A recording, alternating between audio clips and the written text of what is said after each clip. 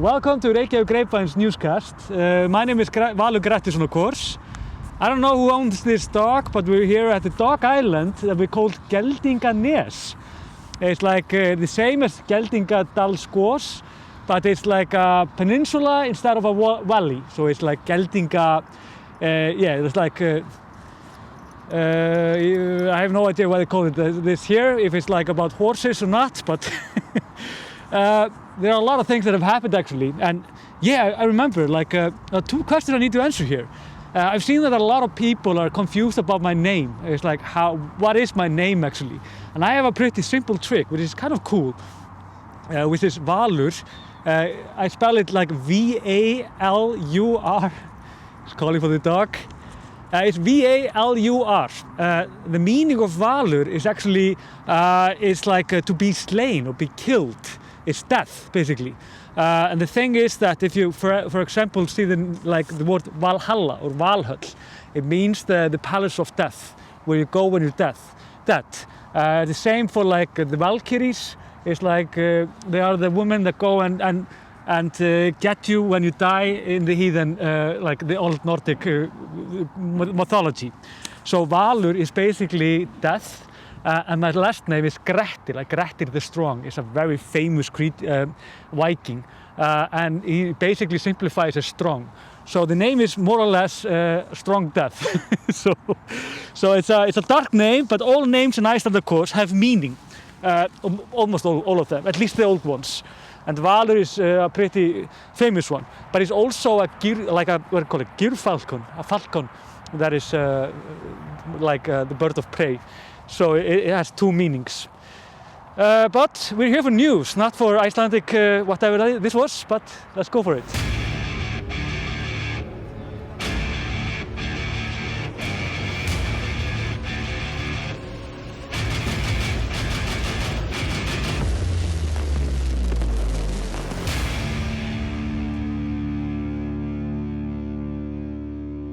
We have to start on COVID, unfortunately.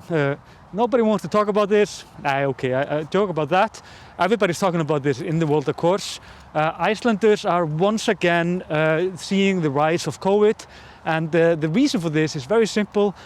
Someone came to Iceland, a resident in Iceland, and the individual did not honor this 5-day quarantine. They broke the quarantine, meaning that we have a huge group infection. Only to yesterday, we had 27 new cases.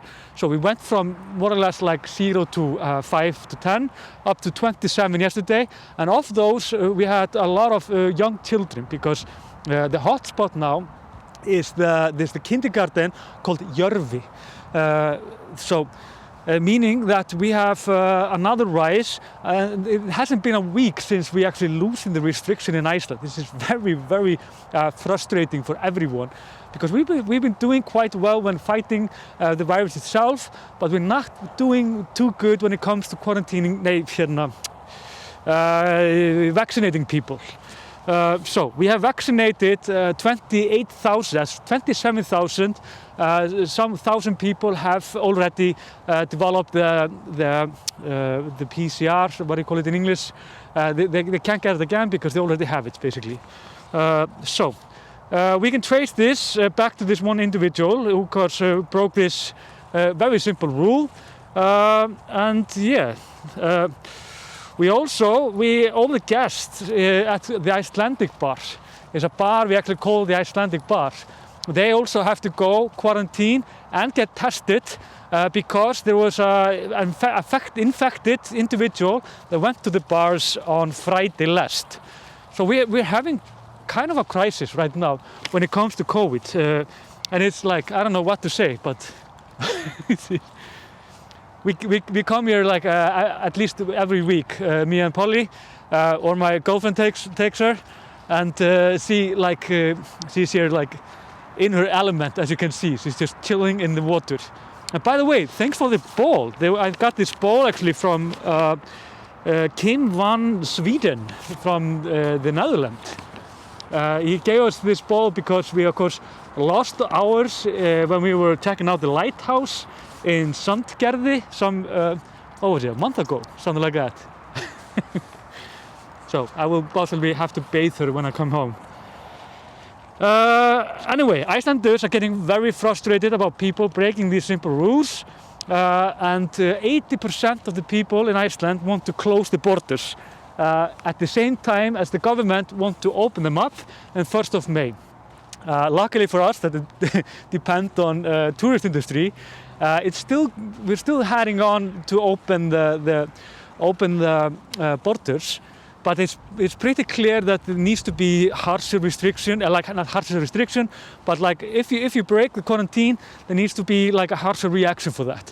So the government is actually looking into this. So it might be that it will not only be just a basic fine that you get, it could be even worse. All in all, we have 74 people with the virus and are in isolation. 165 are in quarantine and 3 are in the hospital. The good news is that nobody has died for the longest time from COVID in Iceland. I think we had the last death in January, and all in all we have lost 29 people from this. Almost all of them are older people, and the vaccination, now like everyone over 80 years old have now been vaccinated, meaning that I mean, perhaps that's the reason actually this is going quite well when it comes to deaths, at least. Yeah, and 2 more fun things. The volcano.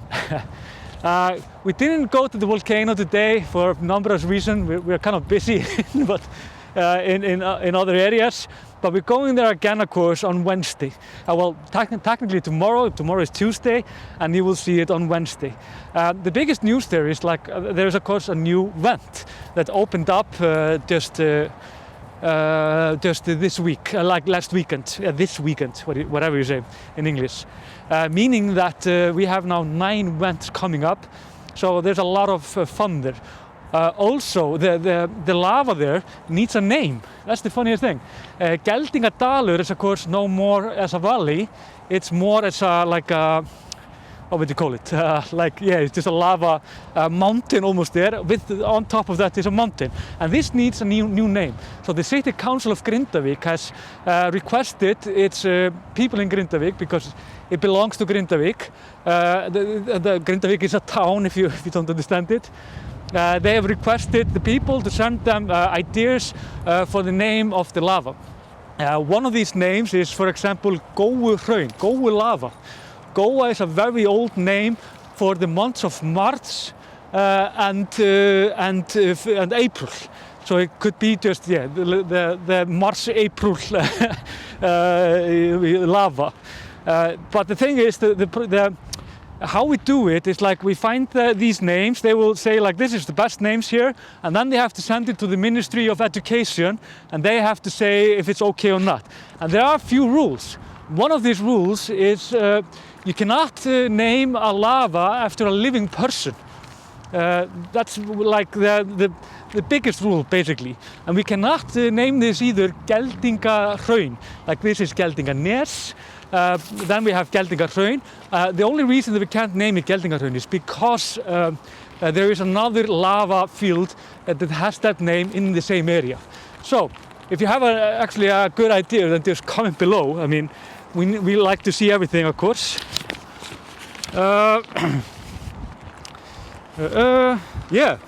That's kind of it for the newscast. I want to use the opportunity also to clear one thing up. It was kind of absurd of me. I didn't realize how absurd it was actually when I said it. I said that I started working at 11 years old in a factory.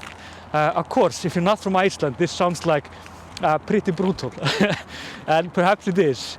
The thing is, when I was 11, it was in 1991. I'm 40 years old, meaning that my father, he had this fish food factory with his brothers. And when I was a kid, our school, whoa, she took a bath. Our school, they closed earlier, actually in Iceland. They closed the schools in May, so kids could actually go to work. And it was not uncommon for 10 or 11-year-old kids to go to work in pretty pretty rough work. It was not like child labor or anything like that. It was really easy task that we had. I was actually working with my niece. Her name is Ruth Sigurðardóttir, and she actually has taken a lot of cover photos for us at Reykjavík, a very talented photographer. And she's still making fun of me when I was like driving this bobcat, and I actually tipped it over. Nobody got hurt, but it was very reckless on my behalf because I was not allowed to. So nobody got hurt. It was really fun. I got some money, and since 11 I've been working every summer. I was working every summer, and all kids do this in Iceland. And everybody in Iceland started working very young. It wasn't until the EU came up with a regulation that you can't allow a child to work until it's 14. Of course, for most other countries, this has a perfectly solid explanation, because there are exploitation, of course, when it comes to child labor force. But in Iceland, it was different. We were more or less just helping with the farms or the small companies. So now what we have is like a working school, or vinnuskóli in Icelandic, meaning that all kids in Iceland learn to work from very young age. So when we go to the job market, like let's say after school, when I'm like 24 years old or something, university and everything, we're not just going straight for the job market for the first time. We already have like 10 years experience at the job market, meaning that Icelanders are like, they are like being unemployed, for example, is not a situation that we know very well. We are always working all the time. We always done this, although this is changing a little bit now, because of course of the regulations, and I mean, young kids still go to the vinnuskóli, working school, but I mean, it's not like it used to be when I was a young kid. So I hope this clears something up. As you can see, there are a lot of dogs here, and this is absolutely wonderful area if you want to go here and with the dogs. So yeah, thanks for watching. Remember to like and subscribe, of course. Remember our online shop. Remember our High Five Club, and keep on watching. Yeah, right? Good.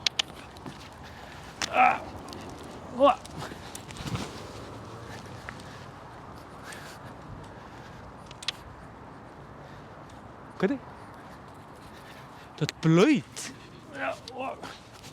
Nee.